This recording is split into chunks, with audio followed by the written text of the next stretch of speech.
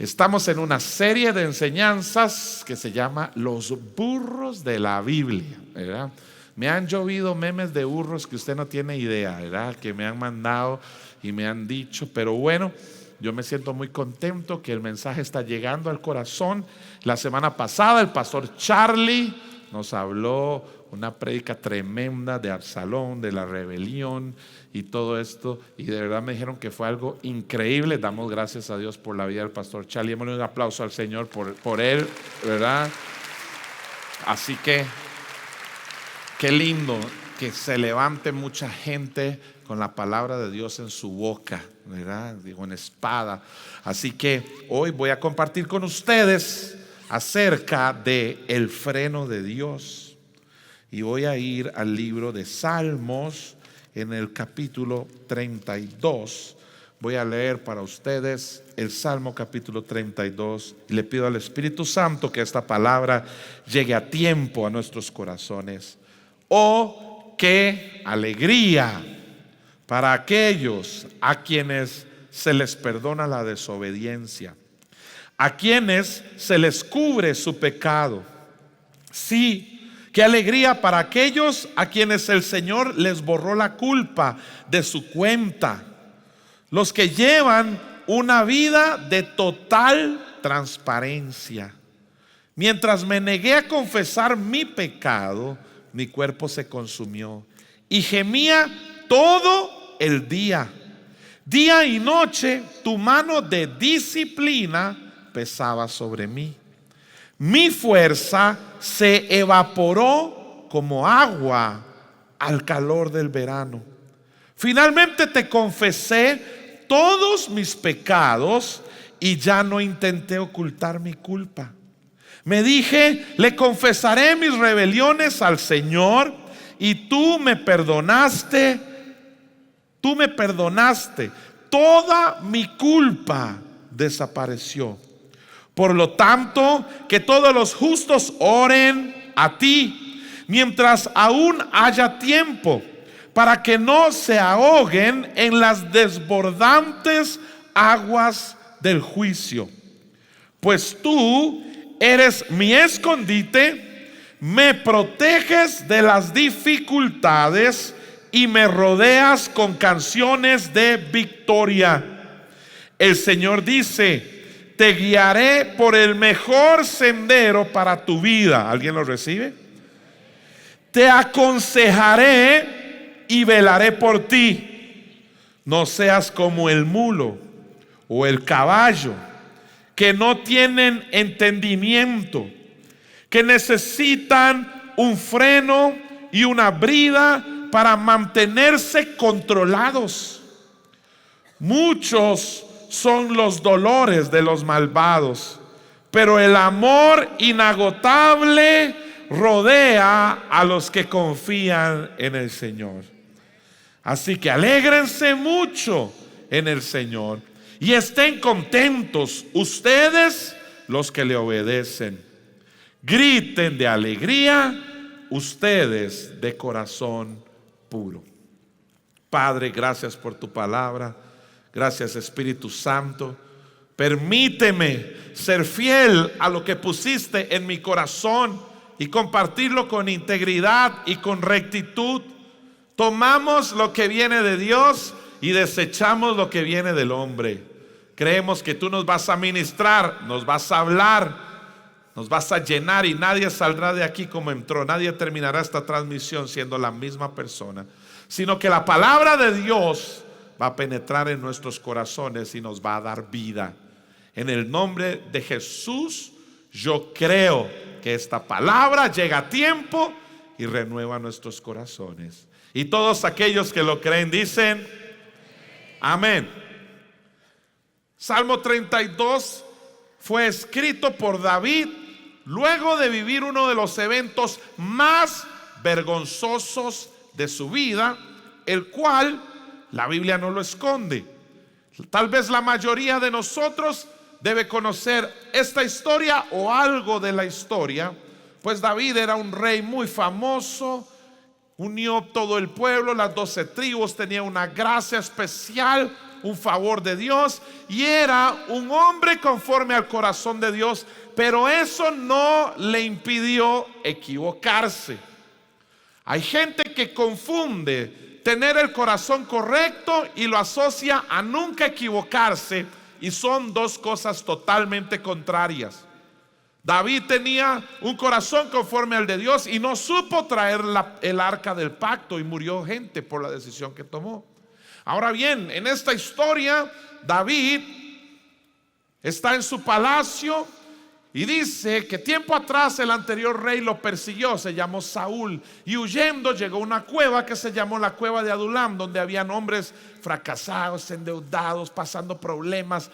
Y él, cuando David llegó, transformó el ambiente de aquel lugar, y aquellos hombres dejaron de ser hombres de la cueva de Adulam y estar en fracaso para pasar a ser los valientes de David, con los que conquistó grandes batallas.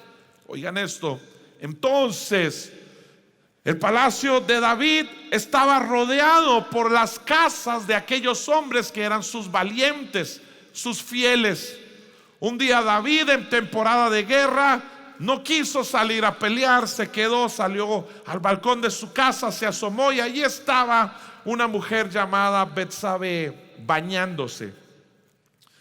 David la vio, la codició en su corazón y la mandó a llamar. Tuvo relaciones con ella y quedó embarazada. Ella regresa a su casa y a los días le comenta al rey que está embarazada de su hijo. Entonces David toma la decisión de tapar su pecado. Manda a llamar a su esposo, que estaba en la guerra peleando por él y por Dios, y le dice que se venga, que ocupa hablar con él. Habla ciertas cosas y le dice: vete a tu casa a dormir y mañana regresarás a la guerra. El deseo de David, y se puso de acuerdo con Betsabé, era que ella tuviera relaciones con aquel hombre para así tapar el embarazo también. Pero así no sucedió. Aquel hombre no quiso ir a su casa. Dijo que cómo él iba a estar en su casa mientras el resto de los hombres estaba peleando. Así que David no pudo tapar tampoco ese pecado.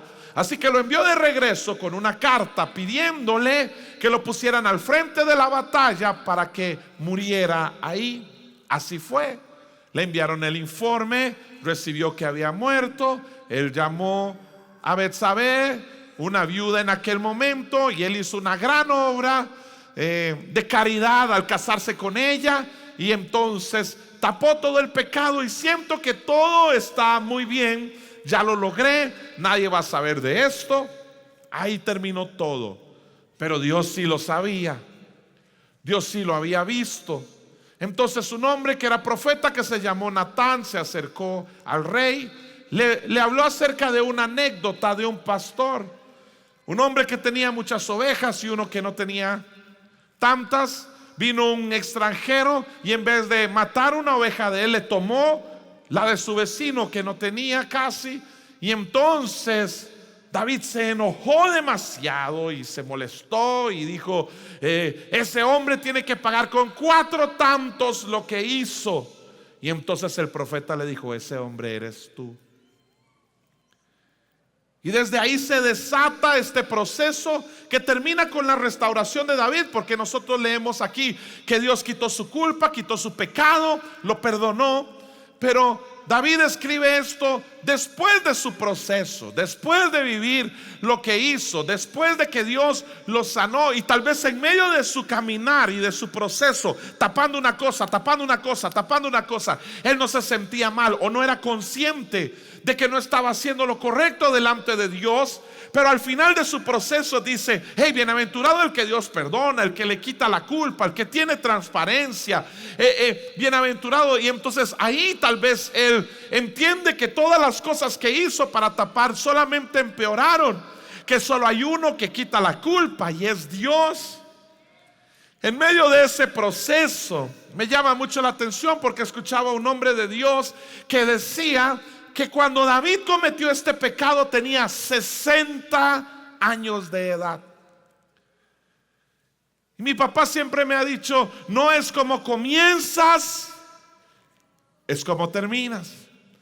Y David, en una etapa tan consolidada, tan establecido como rey, como líder, como guerrero, aún así él se descuida. Y qué importante es que nosotros nos cuidemos. Y en medio de ese salmo que acabo de leerles, dice el versículo 9: no seas como el caballo o como el mulo, que no tienen entendimiento, que necesitan un freno y una brida para mantenerse controlados. Y ya ustedes sabrán por dónde voy en esta mañana con la predicación. Hermanos, y aunque esta prédica se llama Los burros de la Biblia, creo que David está haciendo una comparación con algo que, sin hablar de nadie aquí, me sucede a mí. A veces soy muy terco. A veces trato de ir a la oración para que Dios haga mi voluntad y no para yo hacer su voluntad. A veces persisto en las cosas que yo sé que me perjudican y necesito la gracia y el favor de Dios. Pero David dice: tenemos que tener cuidado con esa terquedad y con ese orgullo. No sea que Dios nos ponga un freno, porque si no, no nos controlamos. Y de aquí, hermanos, hablando del mulo, que es la combinación, diría yo, entre el caballo y la burra. Era generalmente el mulo y la mula son estériles, pero traen las mejores características de uno y del otro. Y entonces eran animales conocidos ahí. Pero también David los compara con la terquedad de nuestros corazones, que a veces no hacemos caso. ¿Qué significa el freno? ¿Qué significa el freno que Dios le puso a David? Para mí, y quiero que quede claro que dije para mí, puede significar cosas que Dios hace o permite para formar nuestros corazones en obediencia. El freno de Dios, tenemos que tener claro que conduce hacia la sabiduría y no hacia el castigo. Ahora bien, muchos creyentes confunden la disciplina de Dios con el castigo de Dios. La disciplina de Dios nos va a llevar siempre hacia la sabiduría, hacia el aprendizaje, hacia el crecimiento. El castigo de Dios, ¿quién lo podrá soportar? Porque la paga del pecado es la muerte. Cuando Dios castiga, es duro. Pero cuando Dios disciplina, muestra su amor. Y dice que Dios al que toma por hijo lo disciplina como padre al hijo a quien quiere. Entonces la disciplina de Dios nos conduce a la sabiduría, al favor. Y aunque no sea agradable, la disciplina tiene un destino. El freno es para que no te desvíes. El castigo es la paga de tu error y de tu falta de humildad y arrepentimiento. La pregunta que les hago hoy en esta mañana: ¿prefieres perderte o prefieres el freno? Yo sabía que nadie me iba a contestar. Mejor la hubiera preguntado por WhatsApp. ¿Prefieres perderte o prefieres el freno de Dios?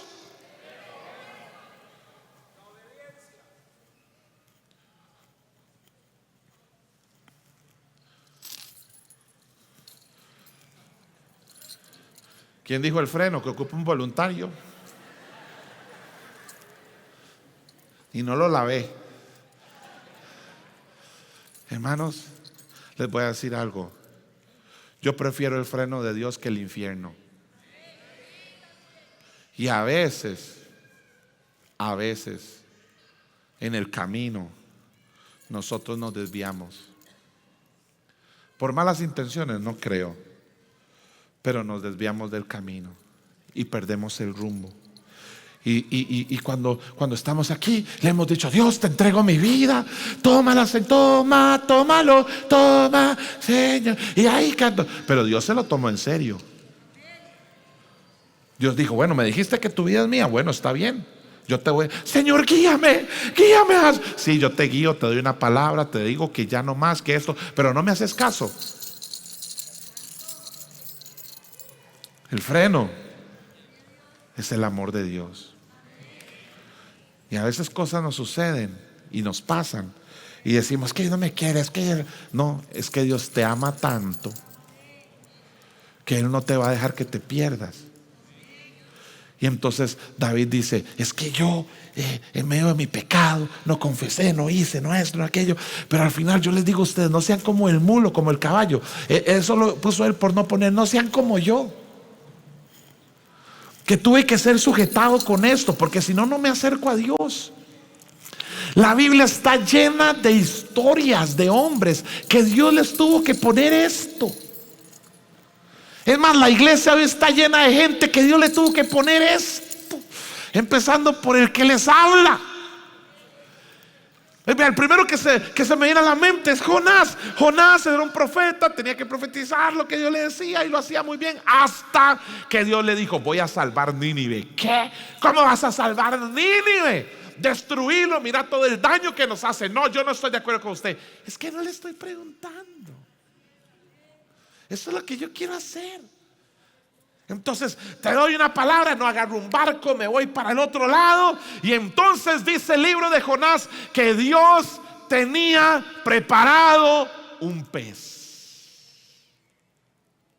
Ya estaba preparado un pez para enderezar a Jonás, porque se perdió de su camino. Ya lo tenía listo. Si hubiera sido yo, tenía que haber sido un pez bien grande para que me tragara, hermanos. Un pecesote. Y entonces dentro de ese pez, Dios trató con Jonás. Dice el Salmo 119 en el versículo 67. Dice: antes que fuera yo humillado, descarriado andaba, mas ahora ¿qué? Entonces Dios sabía que estaba descarriado, pero a veces el que no sabe es uno.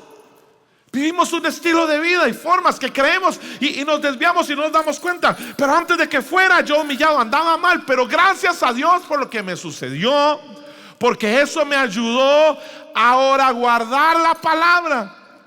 Y si tú estás pasando algún momento difícil en tu vida, no vas a salir de ahí hasta que el Salmo 119 versículo 71 sea una realidad en tu vida. Porque después de que el salmista dijo que antes de ser humillado andaba descarriado, mas ahora guardo tu palabra, en el versículo 71 dice: qué bueno que me sucedió esto.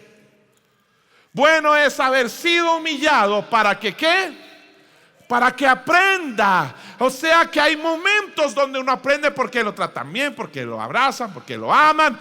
Pero hay momentos donde solo Dios, tratando con la humildad de mi corazón, voy a poder enderezar mi vida. Algo que meditaba antes de predicar este mensaje es que también frenos que Dios le da a uno pueden ser personas, pueden ser amistades. Hay personas que a usted lo desbocan hacia lo malo, hay personas que a usted lo paran. Hay amigos que te ayudan a acercarte a Dios, hay amigos que te alejan. Y si tú lees, hasta Pablo tuvo su propio freno.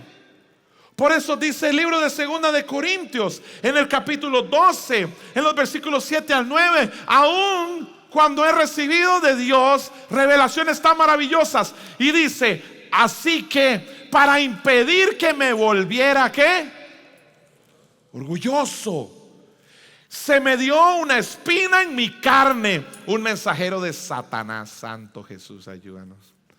Para atormentarme e impedir que me volviera orgulloso. En 3 ocasiones distintas le supliqué al Señor que me la quitara. Cada vez Él me dijo: mi gracia es todo lo que necesitas. Mi poder actúa mejor en la debilidad. Así que ahora me alegra jactarme de mis debilidades para que el poder de Cristo pueda actuar a través de mí. Porque a Pablo también le pusieron un freno, y hay una discusión teológica muy fuerte donde la gente dice acerca de qué piensan que es el aguijón de la carne de Pablo.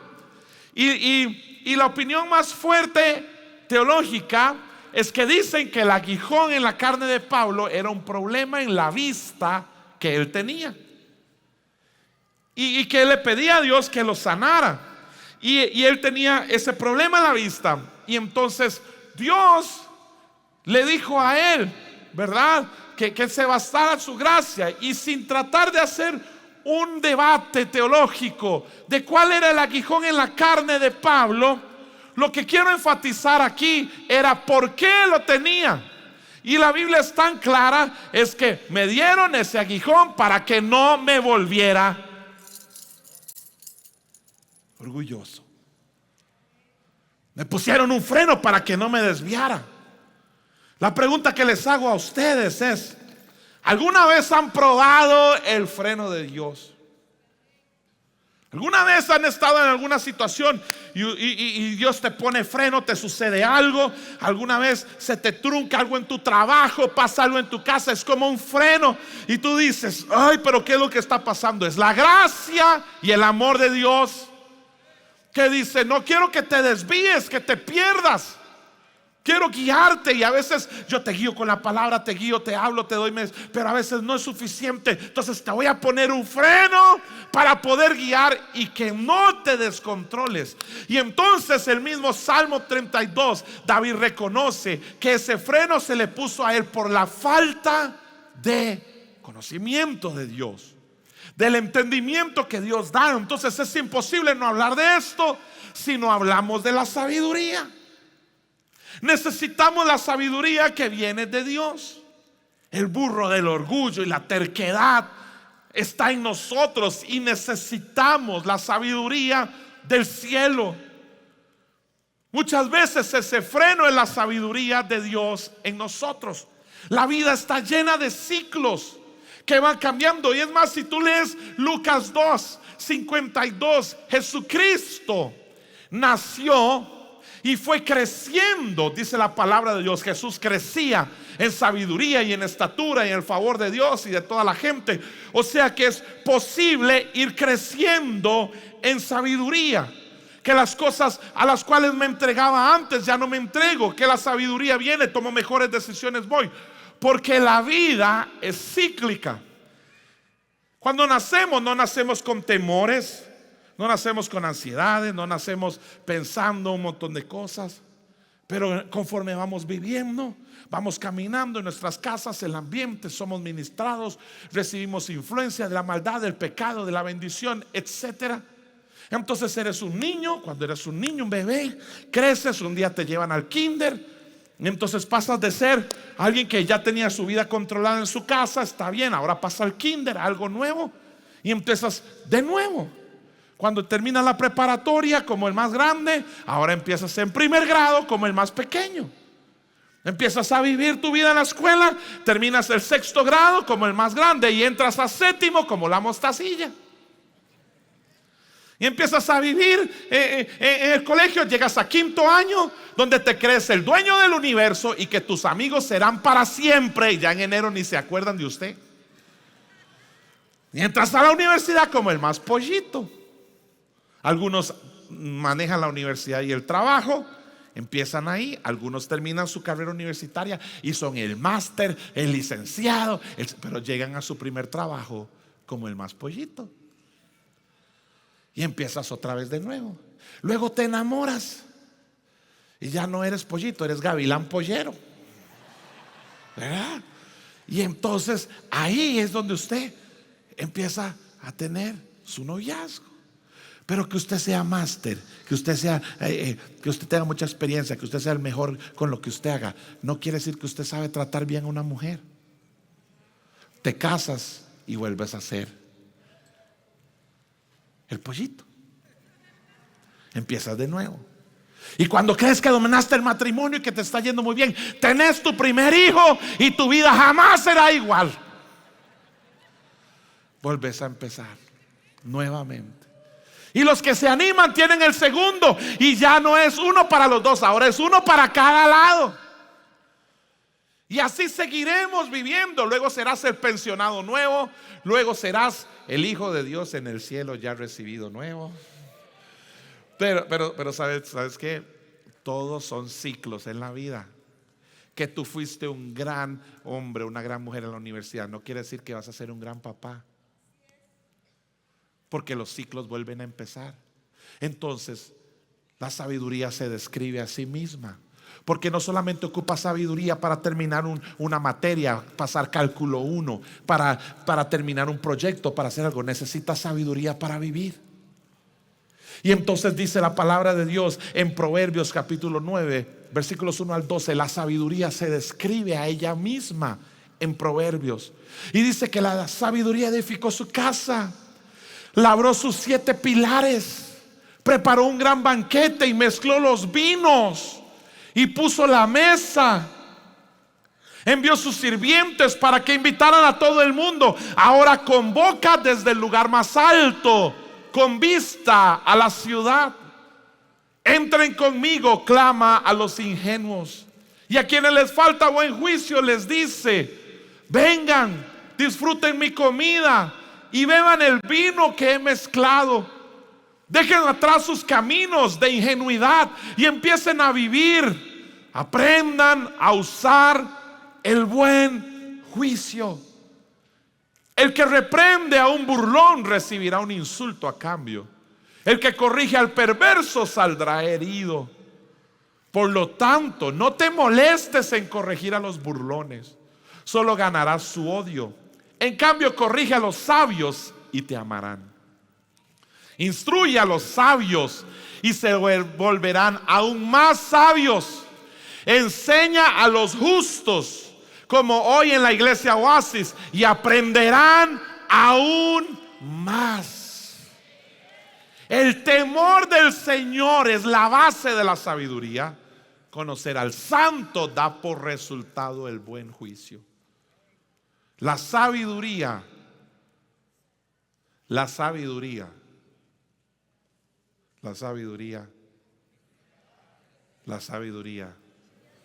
multiplicará tus días y dará más años a tu vida. Versículo 12. Si te haces más sabio, serás tú quien se beneficie. Si desprecias la sabiduría, serás tú quien sufra.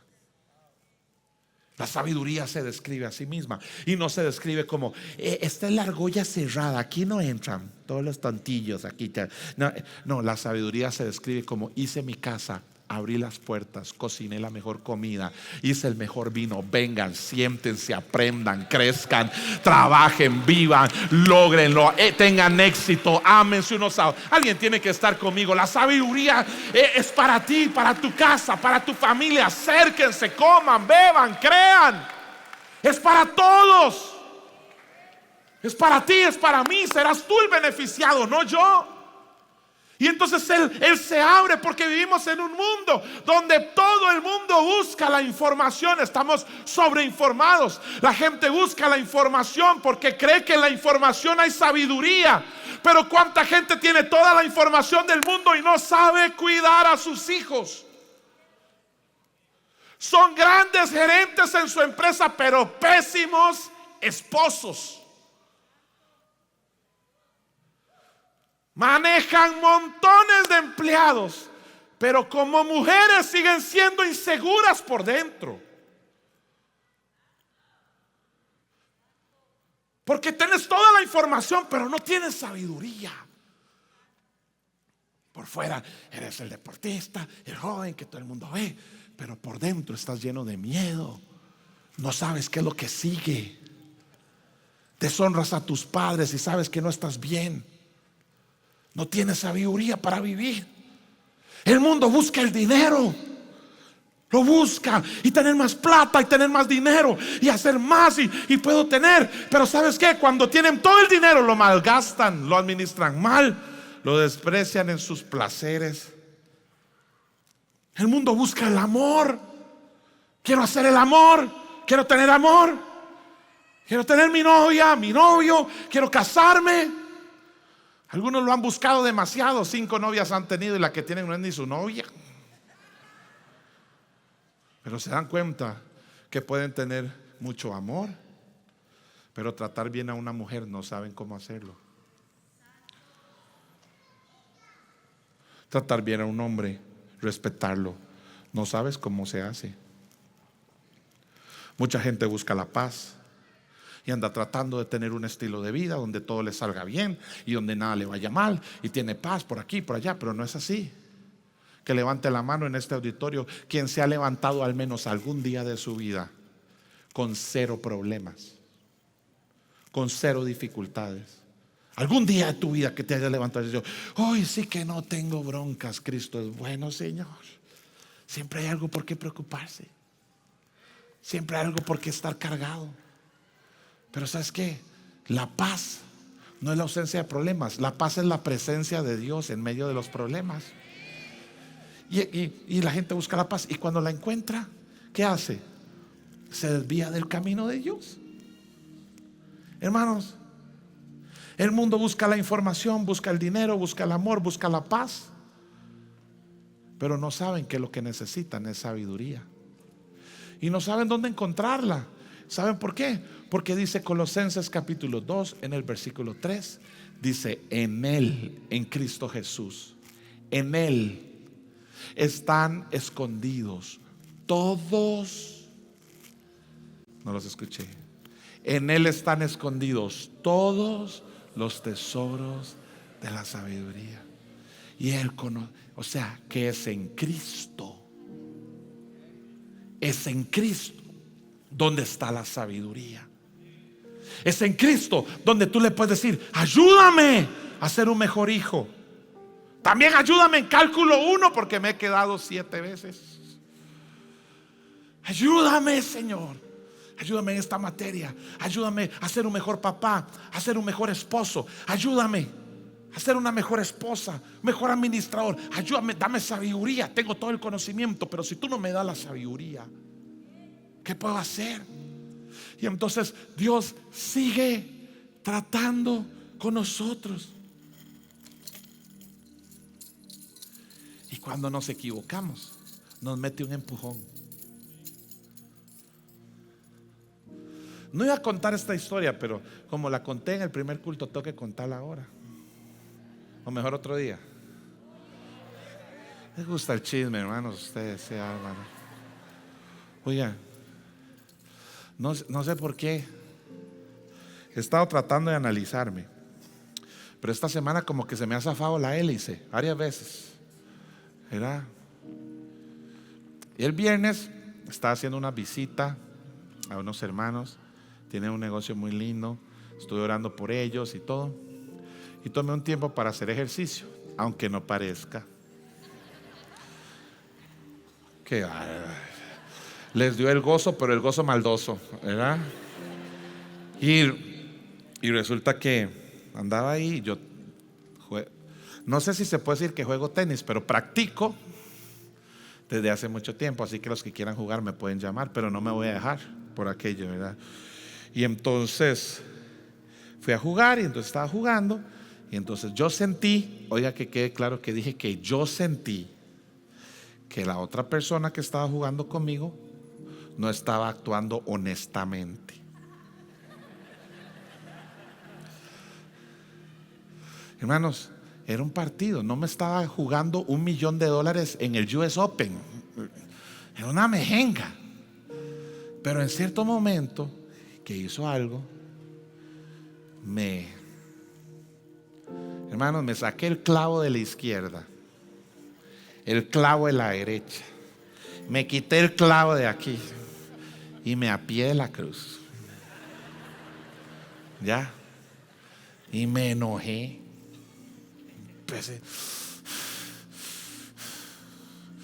No sabía qué hacer. Bueno, en realidad sí sabía qué hacer, pero no lo hice.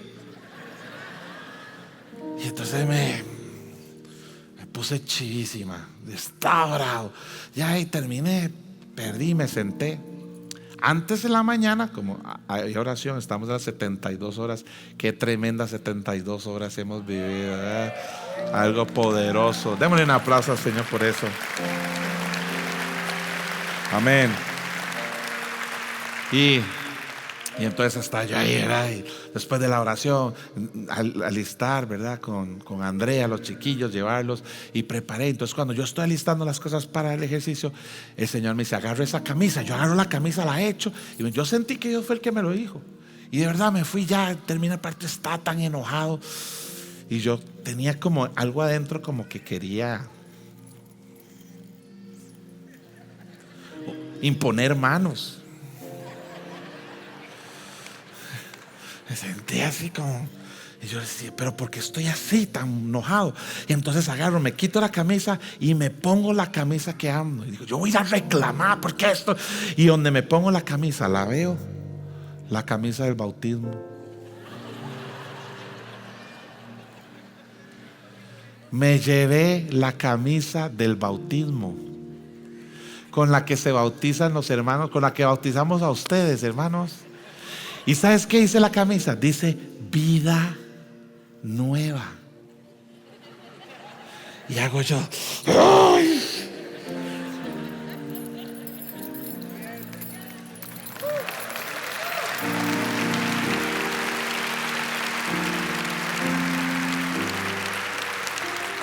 Crucificado estoy juntamente con Cristo, y ya no vivo yo. Y cuando me quito el clavo de la derecha y de la izquierda y de los pies, Él me dice: yo te voy a cuidar, Eduardo, para que no te descontroles. Él lo puede hacer contigo, con tus hijos, con tu casa. Cómprese uno de estos y cuando salen sus hijos, hágalos. No, ya después van a pensar que ando haciendo yo doctrinas raras, ¿verdad? Lo que les quiero decir, hermanos, es: Dios nos cuida tanto. Amén. Y a veces, yo les cuento una historia mía, pero Dios me ha puesto estos montones de veces, y hay unas historias tan vergonzosas que ni se las quiero contar. Pero Dios nos cuida para que no nos descontrolemos. Nuestros deseos son malos, hermanos, y si le damos rienda suelta a nuestra carne, ¿a dónde llegaríamos? Cada uno sabe. Pero Dios es súper amoroso, y cuando tú le dijiste: te entrego mi vida, Él lo tomó en serio. 5 consejos y termino. Número 1, ya leímos Proverbios 9:10. El principio de la sabiduría es el temor de Dios. No puede haber sabiduría si no hay temor de Dios.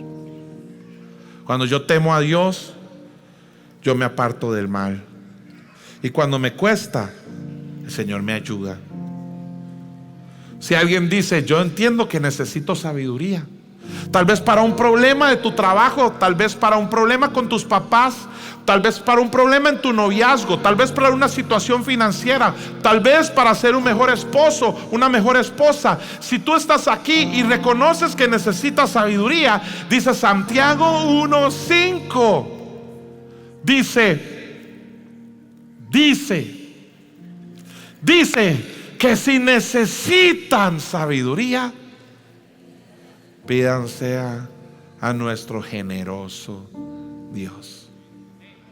Él se las dará y no los reprenderá por pedirla. No importa si estás aquí, tienes 12 años, 10, 9, 5, 15, 18, 21. Tú puedes ser más sabio y más inteligente que la persona mayor que haya en este lugar, porque la sabiduría no te la da un plástico de 18 años. La sabiduría viene del trono de Dios para ti, para cuidarte, para guardarte, para evitarte un problema, para salvarte donde tú estás. Alguien tiene que estar conmigo en esta mañana. La sabiduría viene de Dios.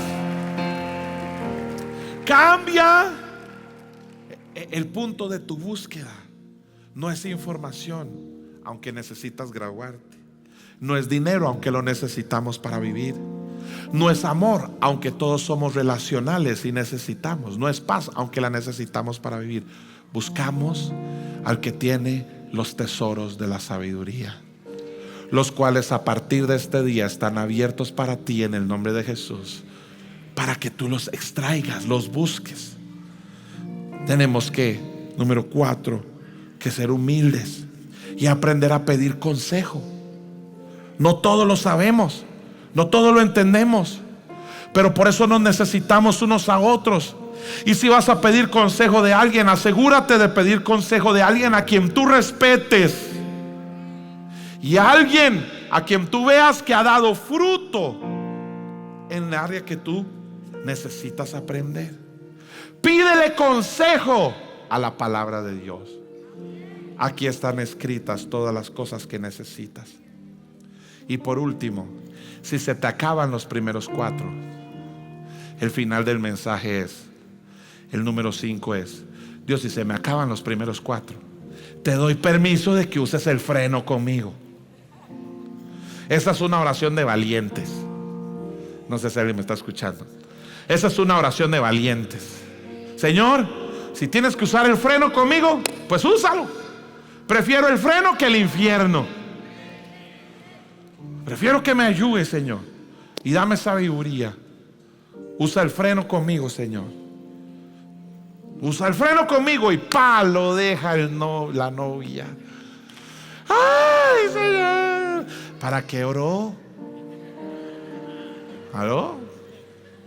O tal vez usted dice, usa el freno, y ya Dios lo orienta y le dice, esa es la chiquilla suya. Dios nos ama tanto que mandó a su Hijo para que nadie se pierda.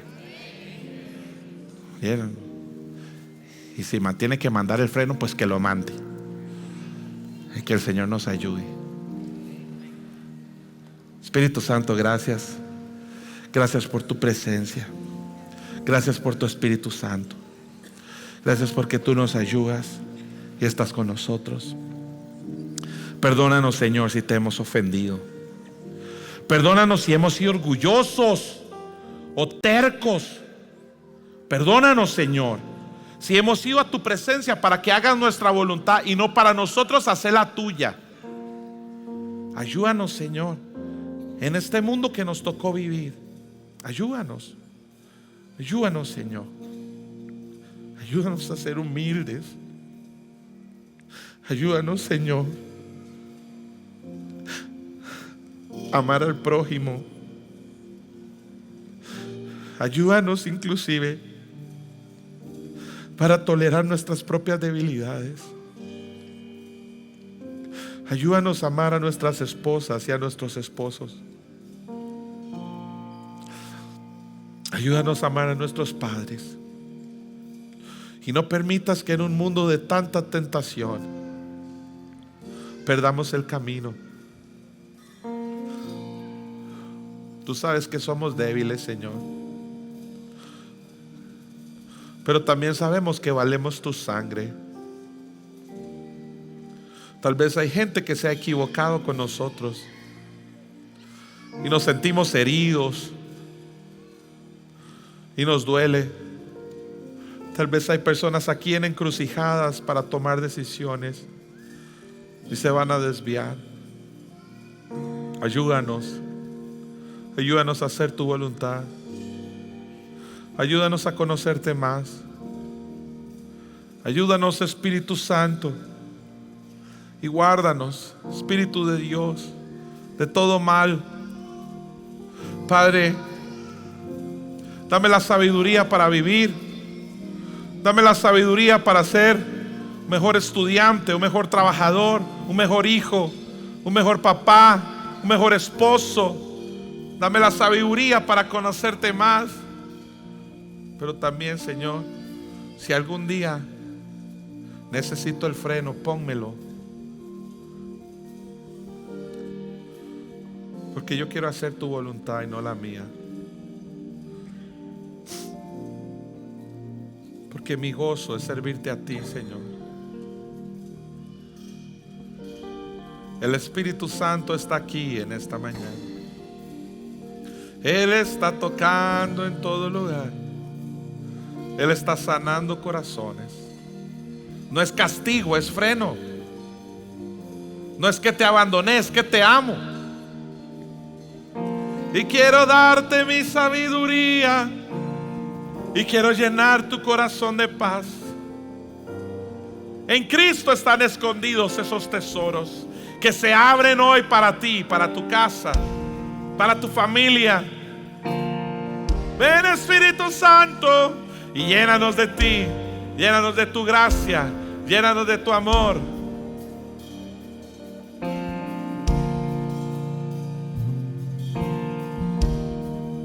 Ayúdanos, Señor, con esta naturaleza caída. Y como dice tu palabra, perfecciona tu poder en nuestras debilidades. Y llénanos de ti, Espíritu Santo. Y abrázanos, ámanos, fortalece tu iglesia, tus hijos. Levántanos, Señor, llénanos de tu presencia, papá. Ven, Espíritu Santo, y llena nuestras vidas. Y antes de que salgamos esta mañana de aquí, es el momento de adorar a Dios. El momento de creer que cuando estamos en acuerdo, Él va a hacer una obra maravillosa en nosotros. Y yo creo esta mañana que la presencia del Espíritu Santo está transformando vidas, sanando corazones, fortaleciendo al débil, cambiando el corazón endurecido. Oh, gracias, Espíritu Santo, porque tú estás aquí y nos amas y nos cuidas y nos llenas de tu presencia. Ven, Señor, y llena nuestras vidas de ti. Yo creo esta mañana que lo que hemos adorado es así real en nosotros. Gracias, Señor. Y sí, amén. Nunca cambia. Donde hay dos o tres, alguien tiene que adorar esta tarde. Sí, amén. Sí, amén. Tu palabra nunca cambia. Donde hay dos o tres, allí te vas a mover. Sí, amén. sí, amén. Tu palabra nunca cambia. Donde hay dos o tres, allí te vas a mover. Sí, amén. Y Sí, amén. Tu palabra alguien nunca tiene que adorar. cambia. Algo Donde hay dos poderoso o de Dios tres, está allí sucediendo te esta vas mañana. a Sí, mover. amén. Y Sí, amén. Tu palabra nunca cambia. Donde hay dos o tres, allí te vas a mover. Vas a hacer mucho más de lo que puedas imaginar. Vas a hacer alguien tiene mucho que más creerlo. de lo que puedas La sabiduría de Dios Vas a viene hacer sobre ti, mucho más sobre tu de lo casa, que puedas sobre tu familia, imaginar. Vas a hacer mucho más de lo que puedas imaginar. Vas a hacer mucho más de lo que puedas imaginar. Vas a hacer mucho más de lo que puedas imaginar. Vas a hacer alguien tiene que mucho confesarlo. más de lo que pueda imaginar. Vas a hacer mucho más de lo que pueda imaginar. Sí, amén. Tu palabra nunca cambia. Donde hay dos o tres, allí te vas a mover. Sí, amén. Tu palabra nunca cambia. Donde hay dos La o última tres, vez, sí, amén. allí te Algo está vas a haciendo el Espíritu mover. Santo. Y Sí, amén. Tu palabra nunca cambia.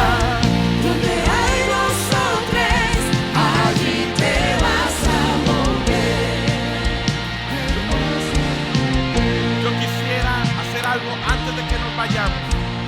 Estamos cerrando 72 horas continuas de oración y de adoración.